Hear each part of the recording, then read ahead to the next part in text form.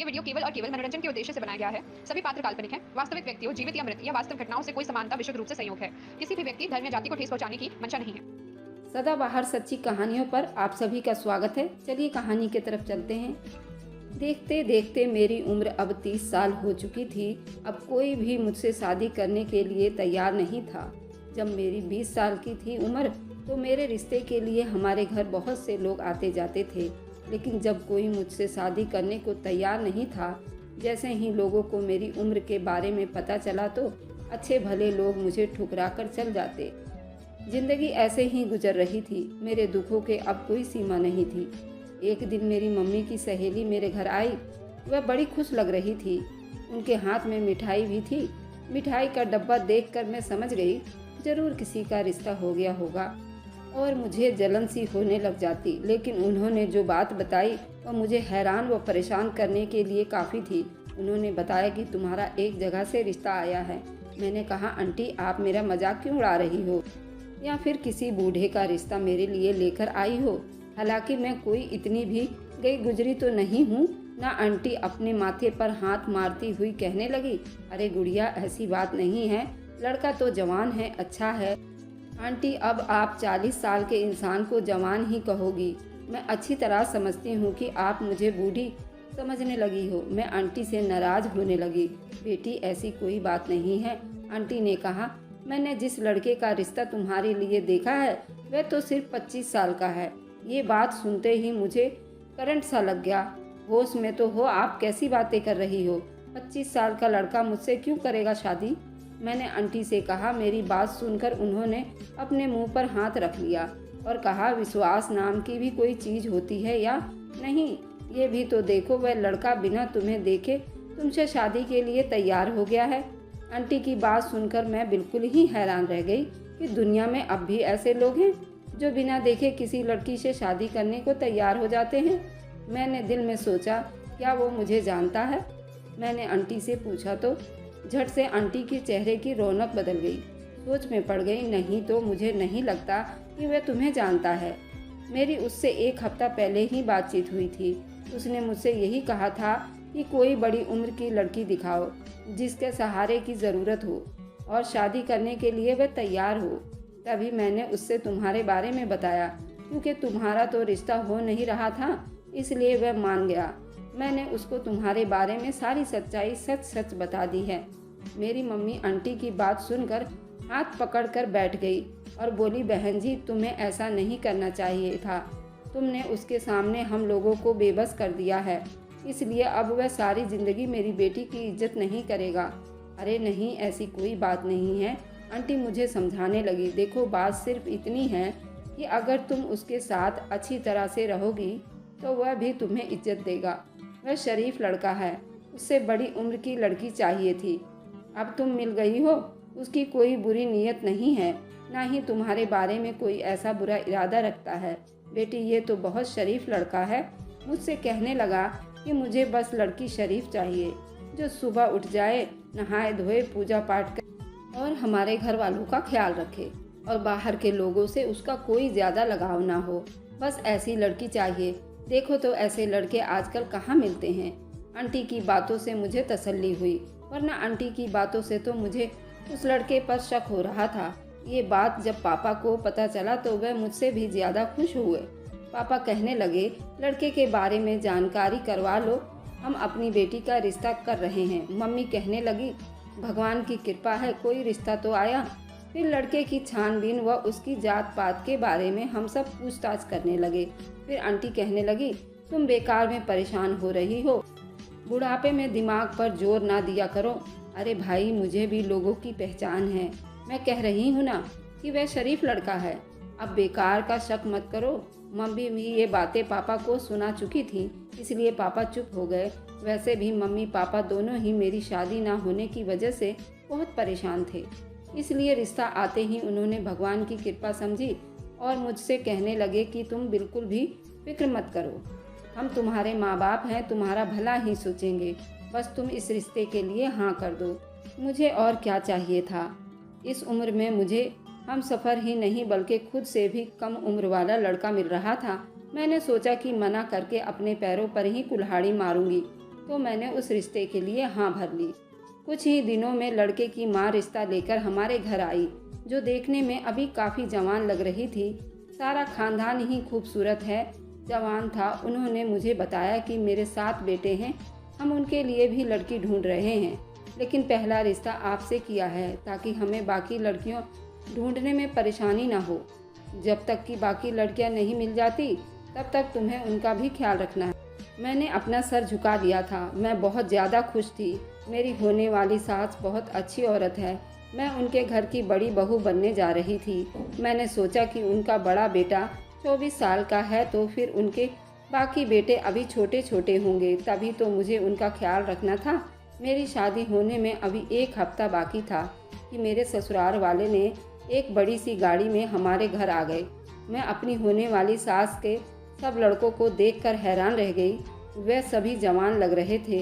उनकी उम्र 20 से 22 के बीच में होगी। कोई भी छोटी उम्र का लड़का नहीं था। मैंने दिल में सोचा, सभी जवान हैं। मम्मी, मैंने इस बात का जिक्र नहीं किया था, लेकिन मेरे दिमाग में न जाने क्यों किसी खतरे की घंटी बज रही थी। लेकिन मैं अभी मम्मी को इस उम्र में परेशान नहीं करना चाहती थी। कुछ दिन बीत गए तो वह लोग मेरी बारात लेकर आ गए। वह संडे का दिन था। अभी मेरी शादी की तारीख भी नहीं रखी हुई थी कि वे अचानक मेरे दरवाजे पर बारात लेकर आ गए। इसके बारे में हमने कभी सपने में भी नहीं सोचा था, ये लोग इस तरह अचानक आएंगे। मम्मी पापा बिल्कुल हैरान रह गए। आखिर उन्हें इतनी भी क्या जल्दी है? मम्मी को मुझ पर शक होने लगा और सवाल पर सवाल मुझसे पूछने लगी। मैंने कहा, मम्मी आप कैसी बातें कर रही हो? मुझे इस बारे में कुछ नहीं पता। मेरे लड़के से कोई बातचीत नहीं हुई है, ना ही मैं उसे जानती हूँ। आप भरोसा रखो, मैंने ऐसा कुछ भी नहीं किया है। जब मेरी माँ को यकीन हो गया कि इन सब में मेरा कोई हाथ नहीं है, तो वह बारातियों के पास गई। उन्होंने कहा कि ये तारीख तो हमने तय नहीं की थी, आप लोग बारात लेकर इस तरह क्यों आ गए? मेरी होने वाली सास कहने लगी कि हमारे बेटे का वीज़ा आ गया है, उसे 2-3 दिन में विदेश जाना होगा, इसी वजह से हम जल्दी बारात लेकर आए हैं। वैसे भी हम सादगी से शादी करना चाहते हैं। पंडित जी को भी साथ लाए हैं, वे शादी करवा देंगे और हमें तो आपकी बेटी चाहिए, इसके अलावा कुछ नहीं। अच्छा है कि आप अपनी बेटी को इन्हीं कपड़ों में हमारे साथ विदा कर दो। मम्मी पापा को कुछ समझ नहीं आ रहा था। वे लोग अपने साथ बहुत सारे जेवर और कपड़े लेकर आए थे। इसी बात ने मेरे माँ और पापा को भुला लिया। मेरे पापा सोचने लगे, जो लोग उनकी बेटी को इतना सोना डाल रहे हैं यकीनन अमीर भी हैं, बहुत ही ज़्यादा अलग तरह के लोग हैं। उन्होंने मेरी शादी करवा दी। मैं अपने ससुराल आ गई थी, पर मैं एक बात पर बहुत हैरान थी। मेरी एक सहेली ने बताया था कि तेरे दूल्हे ने अपना चेहरा किसी को भी नहीं दिखाया। शादी होने के बाद भी वो विदाई तक दूल्हे का चेहरा किसी ने नहीं देख पाया। यही सब मैं बैठकर सोच रही थी कि दूल्हा कमरे के अंदर आया। उसने अपना चेहरा अभी भी ढका हुआ था। मैंने देखकर बिल्कुल हैरान रह गई कि उन्होंने अभी तक खुद को इस तरह क्यों ढक रखा है। मैं हैरान होकर उन्हें देखने लगी। कमरे में आकर उन्होंने माता की मूर्ति के सामने अपना सर झुकाया और फिर बाहर की तरफ चले गए। मैं तो बस देखती ही रह गई। उसका छुपा हुआ चेहरा काफ़ी कोशिशों के बाद भी नहीं देख सकी। थोड़ी देर के बाद खिड़की से बाहर देखा तो वे आंगन में तुलसी माता की पूजा कर रहे थे। ये सब देखकर मुझे सुकून मिला। दिल में मौजूद बेचैनी खत्म हो चुकी थी। यकीनन कोई अच्छा आदमी है जो इतना पूजा पाठ में लगा हुआ है। मेरे दिल में तसल्ली हो गई। मैं अपने कमरे का दरवाज़ा खुला छोड़कर सो गई। जब वह वापस आएगा तो उसे दरवाज़ा बजाना नहीं पड़ेगा। लेकिन पूरी रात बीत गई। सुबह मेरी आँख खुली तो कमरे में मेरे अलावा कोई भी नहीं था। दरवाज़ा वैसे का वैसा ही खुला था। मेरा पति कमरे में नहीं था। मुझे देखकर दुख हुआ।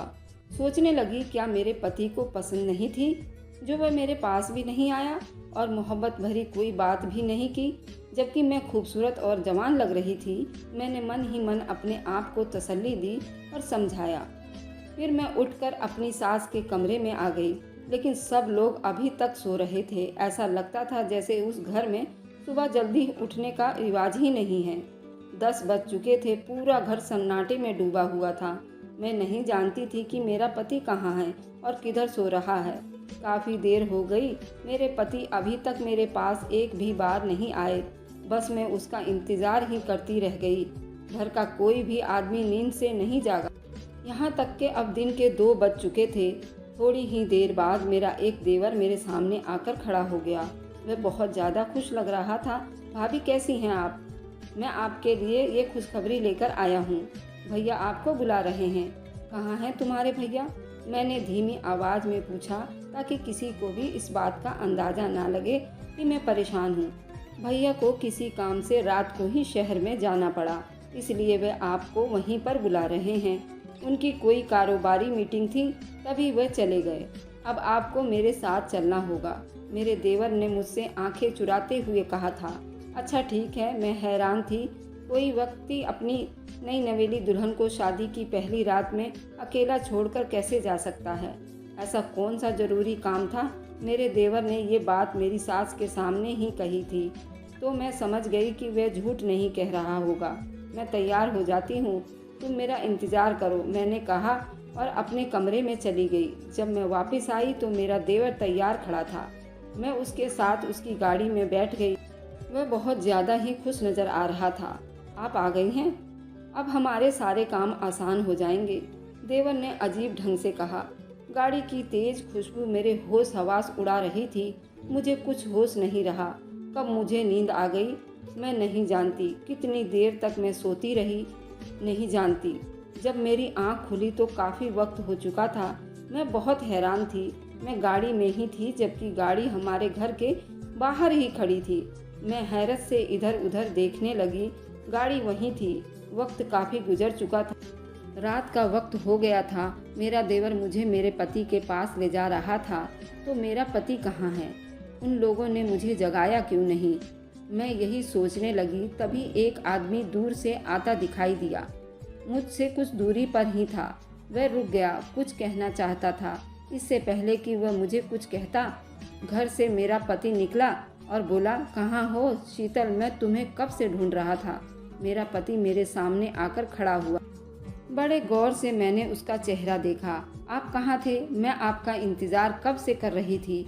आपका भाई मुझे आपके पास लेकर जा रहा था, लेकिन मैं तो इसी गाड़ी में हूँ। मैंने उससे एक ही सांस में कई सवाल पूछ डाले। मेरी बातों को काटते हुए बोले, गाड़ी का सफ़र तुमने कर लिया, लो अब मैं खुद तुम्हारे पास आ गया। मेरे पति ने मुझे बातों में उलझा लिया।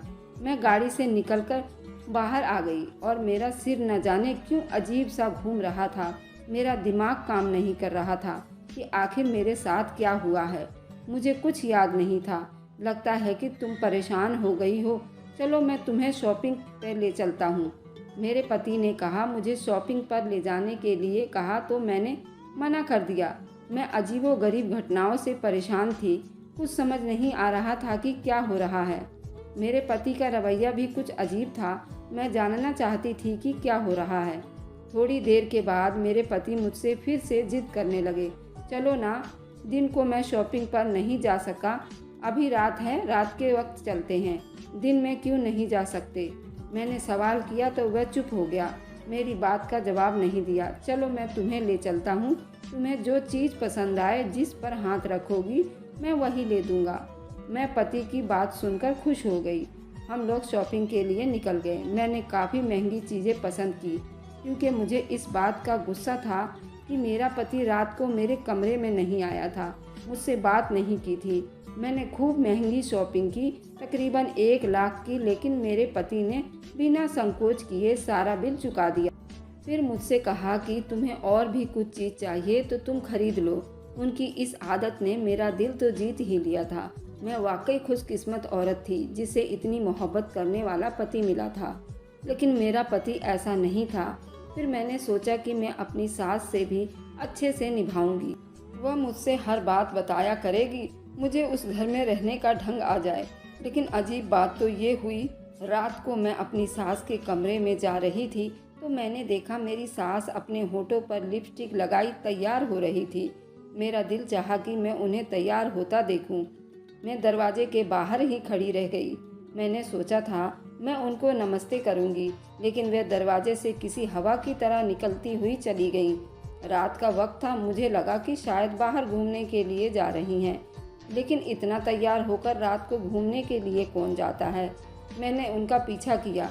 दरवाजे पर आकर उन्होंने इधर उधर देखने के बजाय दरवाजे को बंद कर दिया और बाहर निकल गई। मैं आकर गेट के पास खड़ी हो गई। गेट की जाली से बाहर देखने लगी। बाहर एक बड़ी सी गाड़ी खड़ी थी जिसमें मेरी सास खुद बैठी और गाड़ी चल पड़ी थी। मैं हैरान थी कि सास रात के इस पहर कहाँ गई। क्या मेरे पति को इस बात का अंदाज़ा नहीं है? 7 बेटों के होते हुए भी मेरी सास का ये रवैया था।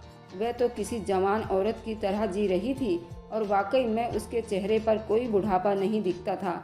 हो सकता है वह ख्याल रखती हूँ, मैंने दिल में सोचा। वापस अपने कमरे में आई तो कमरे का दरवाज़ा बंद था। मैंने दरवाज़ा बजाया लेकिन दरवाज़ा खुल ही नहीं रहा था। मैंने बाहर ही खड़ी हो गई। अचानक दरवाज़ा खुला। मेरे सातों देवर कमरे से बाहर आया। उनके पीछे पीछे मेरा पति भी था। मुझे देखकर नज़रें चुराने लगा। ओहो, तुम डरो नहीं, हम लोग एक गेम खेल रहे थे। मेरे पति ने ये कहकर मुझे चुप करवा दिया। देवर सभी एक लाइन बनाकर दूसरे कमरे में चले गए, लेकिन वे मुझसे कुछ छुपा रहे थे। मेरा पति भी कमरे में आया तो बहुत घबरा रहा था, जबकि मुझे उसमें किसी की भी कोई समझ नहीं आई थी कि मेरे साथ ये सब क्या कर रहे हैं। वहीं पर अपने बेड पर बैठ गई, अपने पति को देखने लगी। गौर से वह उठ गया। बोला कि क्या देख रही हो? ऐसे देखती हो जैसे मैं कोई मुलजिम हूँ। मैंने कोई जुर्म नहीं किया है। सब तुम्हारी समझ में नहीं आता। मेरा काम, मेरा कारोबार, तुम्हें धीरे धीरे सब समझ आ जाएगी। फिक्र की बात नहीं है। उसने अपनी घड़ी बेड पर फेंकी और गुसलखाने में घुस गया। मेरा पति मेरे बिस्तर पर आता ही नहीं था। हर वक्त किसी न किसी सोच में गुम रहता। मैंने भी अब कोशिश करना छोड़ दी थी। ज़्यादा वक्त अपने सास के साथ बिताना चाहती थी, लेकिन सास भी तो अपने घर चली गई थी। अब मैं किससे कहती? यहाँ तो मुझे बहुत डर लग रहा था। मुझे इस रात अपने ही घर में बहुत अकेला महसूस हो रहा था। मेरा पति कमरे से चला गया, अपने भाइयों के कमरे में वापस चला गया था। सब लड़के एक ही कमरे में जमा थे। मैं आंगन में आकर अपने दिमाग में इन सब की शक्लें घुमाने लगी थी। एक का गेहुआ रंग, दूसरे का काला, तीसरे का बिल्कुल ही गोरा। ये आपस में भाई भाई बिल्कुल नहीं लगते थे। उनके चेहरे, मोहरे और उम्रें एक जैसी थी। ऐसा लगता था कि उन्हें एक एक साल का फ़र्क होगा, जबकि मेरी सास भी कोई जवान औरत ही मालूम होती थी। चेहरे पर झुर्रियाँ तो छोड़ो, उसकी आंखों का रंग, बालों का हर चीज़ इस तरह तरोताज़ा से भरपूर थी कि यकीन ही नहीं आता था कि उस औरत की उम्र 30 साल से ज़्यादा होगी। उसके हाथ पांव भी बिल्कुल जवान लड़कियों की तरह था। मैंने सोच लिया कि मैं ये बात अपने चचा को बताऊंगी। मेरे चचा पुलिस में इंस्पेक्टर थे। आदमी को देखकर दूर से पहचान जाते थे। मेरी शादी पर भी वे बहुत नाराज़ थे कि हमने बिना जानकारी किए उससे रिश्ता जोड़ लिया था। तभी मैंने उन्हें फ़ोन किया, सारी अपनी घर की हालात बता दिया तो बोले कि तुम फिक्र मत करो, मैं खुद तुम्हारे घर आता हूँ। घर आकर मैं सारी हकीकत पता करूँगा, फिर तुम्हें बताऊँगा कि क्या करना है। मैंने चचा की बात सुनकर खुश हो गई। वह मेरे घर आ गए। घर का आकर उन्होंने दरवाजे पर बेल नहीं बजाई, मुझे बाहर आने का कहा। मैं चचा को अंदर घर में लेकर आई। वह मेरे पति के कमरे में गए। उन्होंने बिना किसी परमिशन के कमरे में झांका तो मेरे पति का तो रंग पीला ही पड़ गया। चचा कमरे में अंदर मेरे पति से मिलने नहीं गए। मुझसे बोले कि तुम यहीं पर रुको और अपने पति को इस बारे में कुछ भी मत बताना। मैंने ऐसा ही किया। आधे घंटे के बाद हमारे घर के बाहर पुलिस की गाड़ी खड़ी थी। मैं हैरान थी कि ऐसा क्या हो गया। मेरे चाचा अंदर आए तो उन्होंने सातों लड़कों को पुलिस के हवाले कर दिया। मेरे सर पर दिलासा देकर बोले, बेटी भगवान की कृपा करो, तुम बच गई हो। ये तुम्हारा पति नहीं है, ये तो डाकुओं का गैंग है जिनको बस लोगों को दिखाने के लिए एक औरत की ज़रूरत थी, जिसकी वजह से लोग इन पर यकीन कर सकें और इन्हें रहने के लिए कोई घर दे। ये सब अलग अलग इलाकों से आए हुए हैं। भाई भाई तो ये है ही नहीं, ये औरत भी उनके गैंग में शामिल थी। पुलिस इनकी तलाश में थी। हमारे एरिया में भी इनकी कई शिकायतें दर्ज थी, इसलिए उन्हें ही ढूंढ रहा था। सातों की शक्लें मुझे याद थी। सातों के सातों चोर हैं, जेब कतरे हैं। अगर तुम्हें उन्होंने नुकसान नहीं पहुंचाया तो यकीनन तुम्हारी माँ की प्रार्थनाएं तुम्हारे काम आई होगी। नहीं तो ये लोग बहुत खतरनाक है। मैं ये बात सुनकर बहुत परेशान हुई थी। मैंने अपनी उम्र में एक ही ख्वाब देखा था, वह भी टूटकर चकनाचूर हो गया। अब इस सब में मेरा क्या कसूर है? मेरी तो ये बात समझ से भी बाहर थी। भगवान ने मुझे बचा लिया। भगवान मुझे इन सब चीज़ों को भुलाने की शक्ति दे। तो दोस्तों, ये मोटिवेशनल कहानी आप लोगों को कैसी लगी तो मुझे कमेंट में ज़रूर बताइएगा। तब तक के लिए thanks for watching, like and subscribe, bye bye.